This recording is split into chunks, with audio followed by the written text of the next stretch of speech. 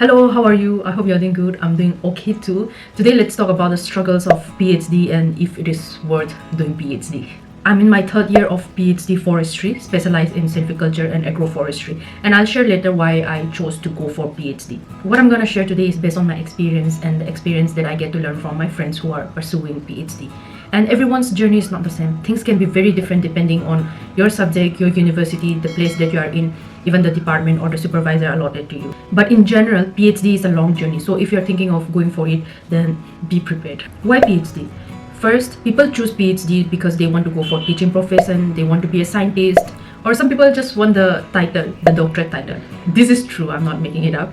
And also some people just go for it because they haven't figured out what they want to do. They go for BAc and they're not sure what they want to do, so they just continue masters. In the same way, like after masters, they're not sure what they want to do and they go for PhD. None of the reasons are wrong because it's your life. You can do whatever you want to, and it's totally okay and normal not to have everything figured out. Like many people find what they loved or what they want to do like later in their life, so it's okay. But whatever it is that you are doing, I would encourage you to live at the moment and to make the most out of the present, because good or bad, it's all a part of life. Enjoy, learn, and move on.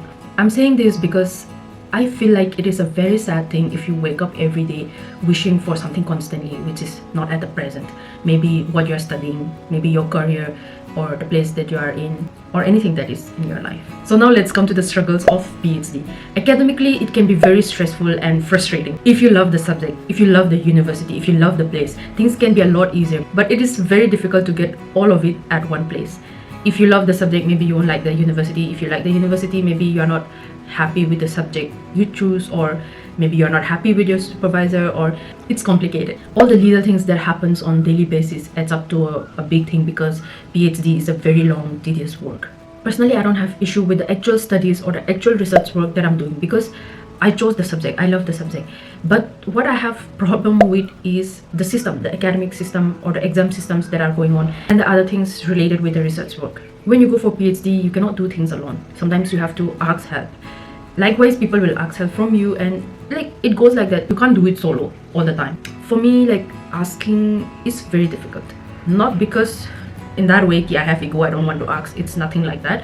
I am okay to ask, I ask, but it's very difficult when you're an outsider in that particular place that you're doing your PhD, because yeah, things can be very different. I won't go in details, but the struggle is real.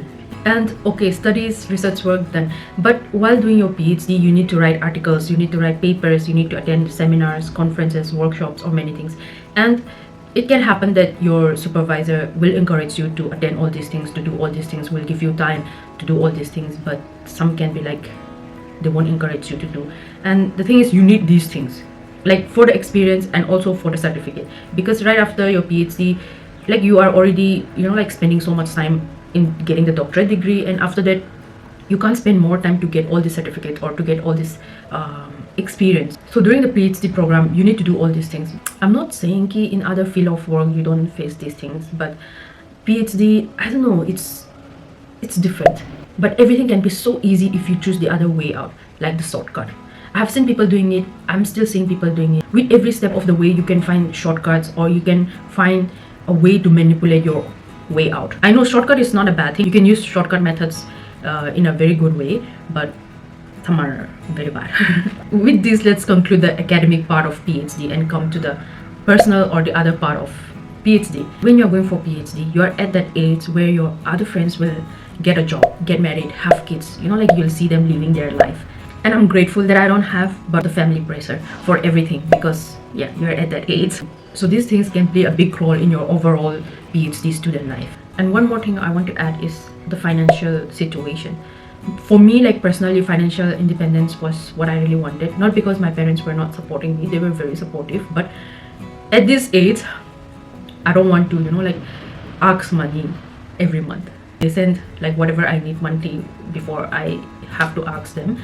But this is like one big problem for me, because I wanted to be financially independent. And depending on the university, some are very affordable, some can be very costly, and it's not only the semester fees that you have to worry about. You can spend a lot of money in your research work and also attending conferences, seminars. one big help financially is the fellowships. You can get SRI fellowship, you can get UGC GRA fellowship, you can get NFSD, NFSC, and also like there are other fellowships which you need to write exam for, and you know, like merit basis you need to study for it. And yeah, no matter what your category is, there's always like fellowship, but you really need to search for it, you know, like apply for it and study for it. Also, what I have seen in other universities is like if the department has a project, then they let the students help in the projects. In that way, you know, like they get a little bit of allowance from the project, and that can be a big help. But in contrary, some universities make things very difficult for the students even to avail the fellowships or the funds they get. So the combination of this academic work and the personal things going on, it is very hard. Not always, but mostly. But saying this, I've never thought of giving up on PhD, because PhD is the bridge that I need to cross to get a career that I desire. That's what keeps me going. So PhD, is it worth it? For me, it is. But I feel like things could be easier if I was in a different university, in a different state. But I've made my peace with it, because I believe that whatever happens in your life, it is happening for a reason. You might not like it now, you might not understand what is going on now, but it's all happening for a reason. Just give some time. So far, what PhD have taught me is patience. Patience with work, with time, and most importantly with people. I don't know how to express it better, but it is a different level of patience.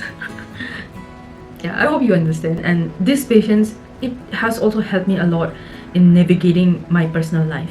I'm talking only about the struggles, or maybe not so much of the positive side of PhD, but just wisely if you're thinking of pursuing PhD. Is it worth it? I would say it is if you're gonna use the degree certificate, but I think you can skip it if you don't have intention of using the degree certificate. And PhD for me is just the beginning, because it is not job guaranteed. So I hope this video was helpful, and if it was, give this video a big thumbs up, subscribe, press the bell icon, and also share it with your friends. And if you make it this far, comment a thumbs up emoji down in the comment section. I would love to know. Thank you.